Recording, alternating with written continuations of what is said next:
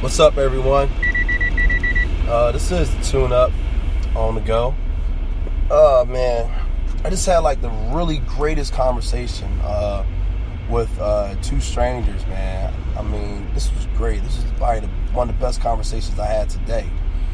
And I was actually watching Up TV. If you don't know about Up TV, this guy, no, I'm sorry, no, it wasn't Up TV. It was, I really hope I'm saying this guy's name right. It's Yeshua Kara. I believe he is one of the truth sayers that's on YouTube. All right, so let me just give you some background about what I listen to when I'm on YouTube. When I'm on YouTube, and when I'm looking for like-minded people as myself, I'm looking for them to say, "Oh, well, this, that, and the third, and da da da da da." I don't want people to like be on YouTube and listen to these guys. You can't honestly take what a lot of these people say on YouTube verbatim. And you know what I say when I say it verbatim, you can't just take what they say in actuality and factuality, because a lot of times when people are talking, they're talking about their own life experience.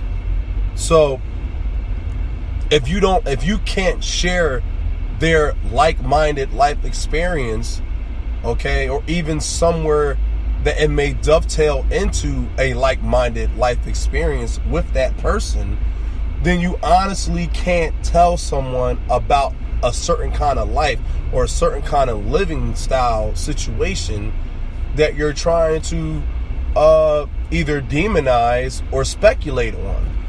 Because see, and I think that's the biggest problem with this world, is because there's so many people that are honestly trying to be these pseudo psychologists, pseudo psychotherapists, and they're not that at all.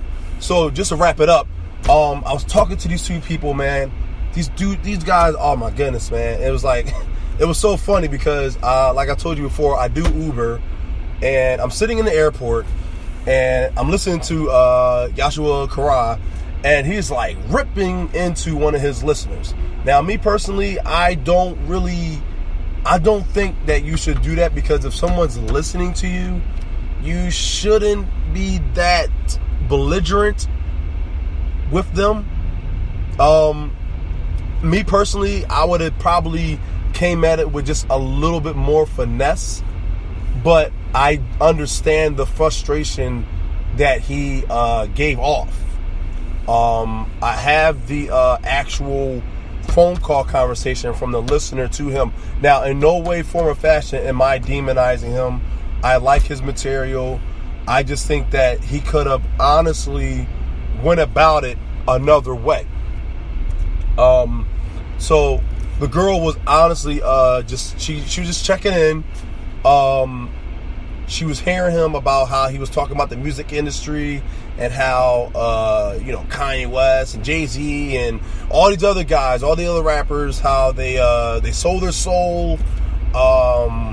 They sold out their moral standpoints of life. They gave up. They don't want to do good and this and the third and whatever.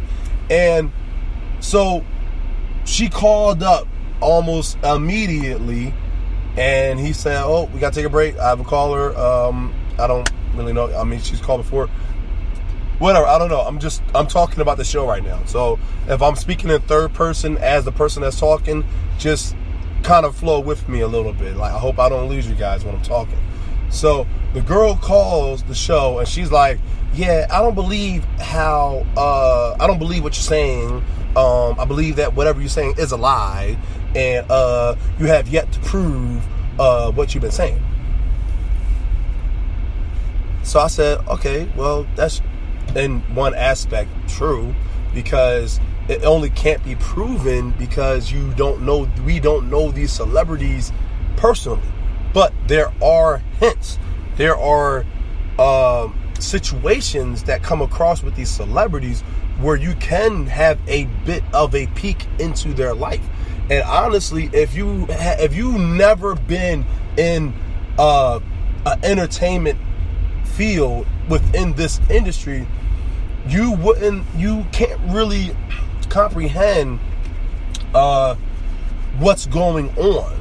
You know, even if you're just a popular person, you know, I mean, like in fraternities or sororities, you know, we all get it. You know, there's liked, you know, there's mocked rituals that you have to do. It's called hazings, you know, and there are hazings that you have to do to get into some college fraternities, some college sororities.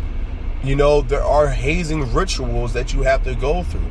So if you got to do this just to hang out with people, just to hang out with that certain clique in school, what do you think you got to do to get into a 10, 25, 30 million dollar club? And to be revenue, you know, to be generating that kind of money. Okay, we have to like kind of put this into perspective. Because see, we are honestly accepting the knowledge but denying the power of it. You know what I mean? Knowledge is power. So if you're the kind of person that went to college, you did the hazings. I know plenty of people that went to college. They did the hazings. You know, they did the whole thing where they had to stay up for 48 hours. And if they failed, they even closed their eyes once, you know, boom, they got the boot. You know what I mean? And honestly, it's like, damn, well, why does this 19, 20-year-old has to do this? Why did this has to happen? Okay, they're trying to honestly set you up for something else that may or may not come into your life. Okay? So we all get physically engineered and mentally engineered for the next level up. Okay? So more people that comes out of fraternities or sororities, 9 times out of 10, they end up becoming a boss or CEO or a high-level manager of a Fortune 500 company. Okay? These are all facts. These can be proven. All you got to do is look it up. You can look up the CEO of the company you work for. Okay? Guarantee you, that man or that woman was a part of a sorority or they were part of a fraternity. And they went through a hazing ritual. So to get back what I was saying about the girl when she tried to, you know, pretty much debunk whatever this guy was saying. Okay, this guy seems to have insider knowledge of the industry. Why? Because like I've said before, I was 12 years in and out of the industry. I used to rap. I used to act. I used to model. And even though it was on a low-level playing field, this is where they get you.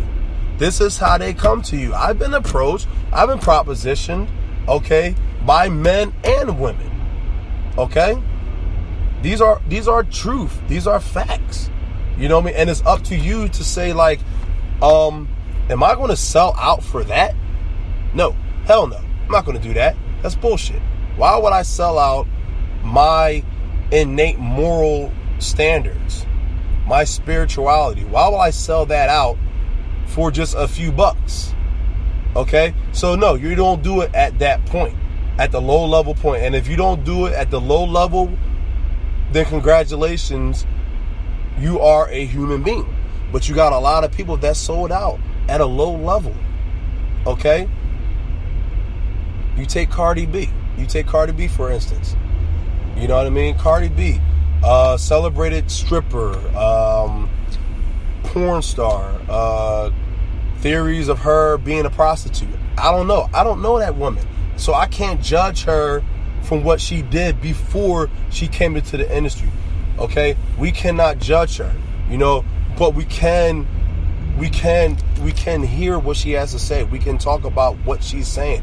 And her whole motto is to do what you got to do to get to the level that you want to be on. Okay, so where does that take you? How did you can't just leave somebody with that kind of, you know, notion. Okay? Because that means that, like, well, shit, well, I'm going to do whatever I got to do with me, regardless. You know? So when you leave somebody with that notion, it's like, damn, well, what's left but to do what you got to do? So to get back to the show, actually, so the guy was laying into her. How can you do this? How can you say this? How can you call up my radio show and try to debunk me? I'm in the studio. Look my name up. My name shows up on credits on music stuff and CDs and everything. And he asked her one simple question. He said, do you believe that the music industry, renowned as it is it full of talent or is it full of devil worshiping? The girl couldn't give an answer. And she ended it saying, to each his own, or whatever, one of those stupid ass phrases, it is what it is type shit. And then that's when he hung up on her. And so then I'm laughing. So the guy next to me that's waiting for a ride, he rolled down his window. I rolled down my window. He was kind of looking at me kind of crazy. So I rolled up my window. I said, hey, what's up? How are you doing? I hope I'm not too loud with my, I'm watching a documentary here. And the guy was like, no, I thought that was you talking to the female. I said, what? No, I would never talk to a female like that, you know? Well, not never, but I mean, if I'm in frustration mode or I'm angry, I do tend to shoot off at the mouth. But I explained to the guy, and there was another guy around, he was listening to, you know, ear hustling. So I explained to both the gentlemen, I said, hey, no, this guy honestly is all for what he's trying to do, and he believes in the words that he's saying. So I always say, I was just explaining to the people, and I was saying, like, look, we cannot be these closed-minded people anymore. We have to open up. We have to, like, just maintain some kind of sincerity, because at the end of the day, all you have is your integrity. All you have is your spirituality. All you have is, at the end of the day, is your morality. Okay, everything that makes you human. Okay, Facebook does not make you a better human. Instagram does not make you a better human. Okay, social media in itself does not make you a better human. Okay, people are selling out every day, all day, no matter what. Okay, Drake got a new album now saying, nice for what? For what? Nigga, ain't you a millionaire? That means somebody was nice to you, right? Somebody hooked your ass up, right? So what the fuck do you mean? Nice for what? Fuck you, man. Like, seriously, you are not a relatable person, dude. You gonna come out with some shit like that? Nice for what? Nigga, fuck you, man. Be nice to your fucking fans. We're the one buying your shit in the first place. You half-witted, be talented ass rapper. Get the fuck out of here. Go back to Canada with your punk ass. Seriously. Like, I'm mad as shit Meek Mills did not destroy you, man. Like, what the fuck happened there? Meek Mills, you dropped that fucking ball, man. I mean, I'm glad you out of prison and all, but shit, dude, damn. And that's what I'm saying, like, were we honestly at that age where we just want everything for nothing? Are we honestly at that age and time in society that we want it all, no matter what? I will take somebody's head off. I will take everything from somebody just because I want it, or I feel like I deserve it more than you just because? People, wake up. Seriously, this is just, you know, something that I just felt on my heart to say. I had to say it. You know what I mean? I had to record it, and I had to, like, I mean, we just got to get right, guys. We have to get right. Right now, I'm driving. You know what I'm saying? I'm driving. You know, and I'm just, you know, this stuff really does clear your mind. You know what I mean? You just have to want more for your fellow human being. You can't just be that guy anymore, or that woman, you know, or that transgender or whatever. I know nowadays, if we're talking publicly, we got to mention these people, got to mention people by a certain structure or whatever, and whatever. You know what I mean? I'm not going to mention anybody. If I'm not sure what you are, man, woman, beast, child, whatever, I'm not going to address you as anything. You won't hear anything. I won't address you as nothing. You know? But that's just what I had to share today. I hope everyone's having a great and blessed day today. Honestly. Please look for the tune-up. Listen, chime in, call. Let's try to be better humans, guys. Seriously, like, because we're at that age right now where things are going to get worse and continue to get worse unless we stand up and fight for what we know is right. Tune up. Peace and blessings. Have a great day.